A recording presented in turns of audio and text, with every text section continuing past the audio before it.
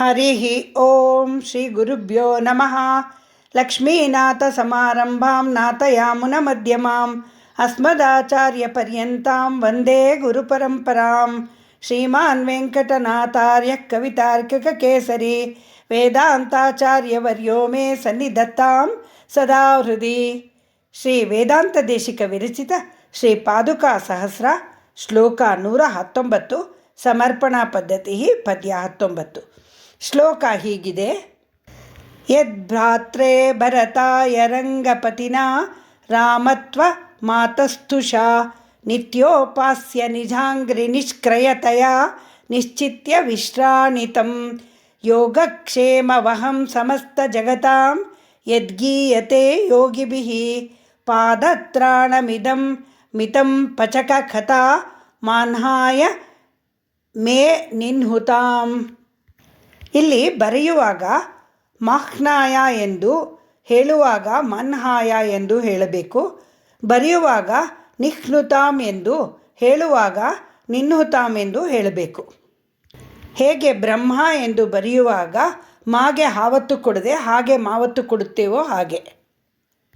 ಇದರ ಪ್ರತಿಪದಾರ್ಥ ಹೀಗಿದೆ: ಯತ್ ಯಾವ ಪಾದುಕೆಯು ರಾಮತ್ವಂ ಅತಸ್ತುಷ ರಾಮನ ರೂಪವನ್ನು ಪಡೆದಿರುವ ರಂಗಪತಿನ ಶ್ರೀರಂಗನಾಥನಿಂದ ಭ್ರಾತ್ರೇ ನಿತ್ಯ ಉಪಾಸ್ಯ ನಿಜ ಅಂಗ್ರಿ ನಿಷ್ಕ್ರಿಯತೆಯ ತನ್ನ ಸೋದರನಿಗೆ ದಿನವೂ ಉಪಾಸಿಸಲು ಯೋಗ್ಯವೆಂದು ಪಾದಗಳಿಗೆ ಬದಲಾಗಿ ನಿಶ್ಚಿತ್ಯ ನಿರ್ಧರಿಸಿ ವಿಶ್ರಾಣಿತಂ ಕೊಡಲ್ಪಟ್ಟಿತೋ ಯತ್ ಯಾವುದು ಯೋಗಿಭಿಹಿ ಧ್ಯಾನಾಸಕ್ತರಾದ ಯೋಗಿಗಳಿಂದ ಸಮಸ್ತ ಜಗತಾಂ ಸಮಸ್ತ ಜಗತ್ತಿನ ಯೋಗಕ್ಷೇಮವಹಂ ಯೋಗಕ್ಷೇಮವನ್ನು ನಿರ್ವಹಿಸುವ ಸಾಮರ್ಥ್ಯ ಇರುವುದೆಂದು ಗೀಯತೆ ಹೊಗಳಲ್ಪಟ್ಟಿತೋ ಇದಂ ಅಂತಹ ಈ ಪಾದುಕೆಯು ಮೇ ನನ್ನ ಮಿತಂ ಪಚಕಥಾ ಅಲ್ಪತನದ ಬುದ್ಧಿಯನ್ನು ಅಥವಾ ಸದ್ಗುಣ ದಾರಿದ್ರ್ಯವನ್ನು ಅನ್ಹಾಯ ನಿನ್ಹುತಾಂ ಕೂಡಲೇ ಹೋಗಲಾಡಿಸಲಿ.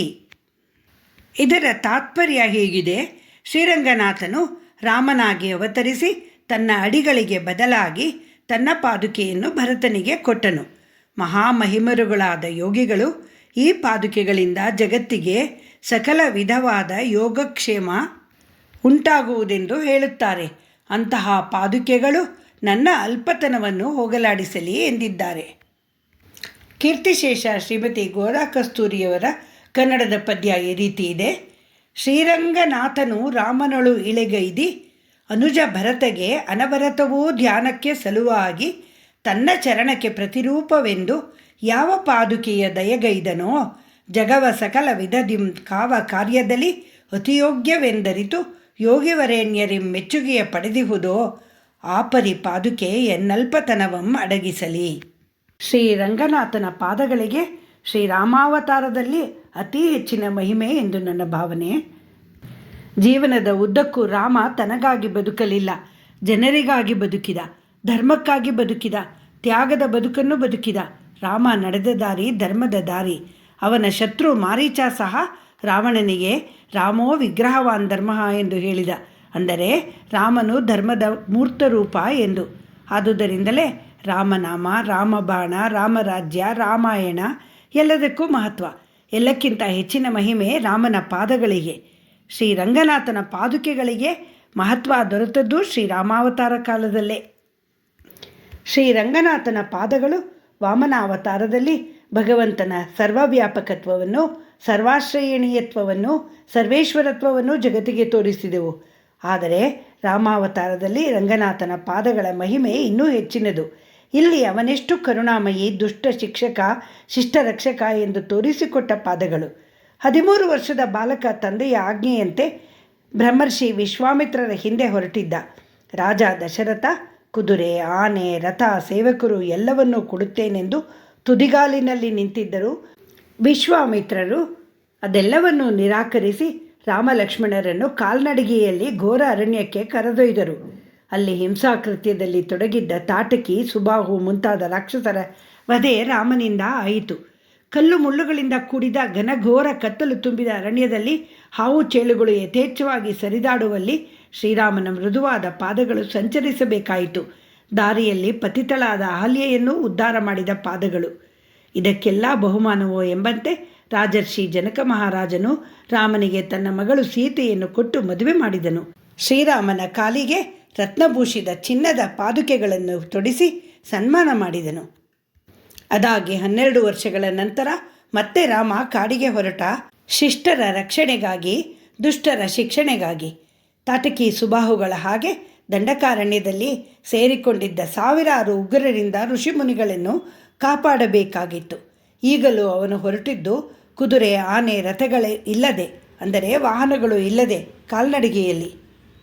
ಕಾಲ್ನಡಿಗೆಯಿಂದಲೇ ಘನಘೋರ ಅರಣ್ಯವನ್ನು ಸುತ್ತಿ ರಾಮಲಕ್ಷ್ಮಣರು ಸಾವಿರಾರು ರಾಕ್ಷಸರನ್ನು ನಿರ್ನಾಮ ಮಾಡಬೇಕಿತ್ತು.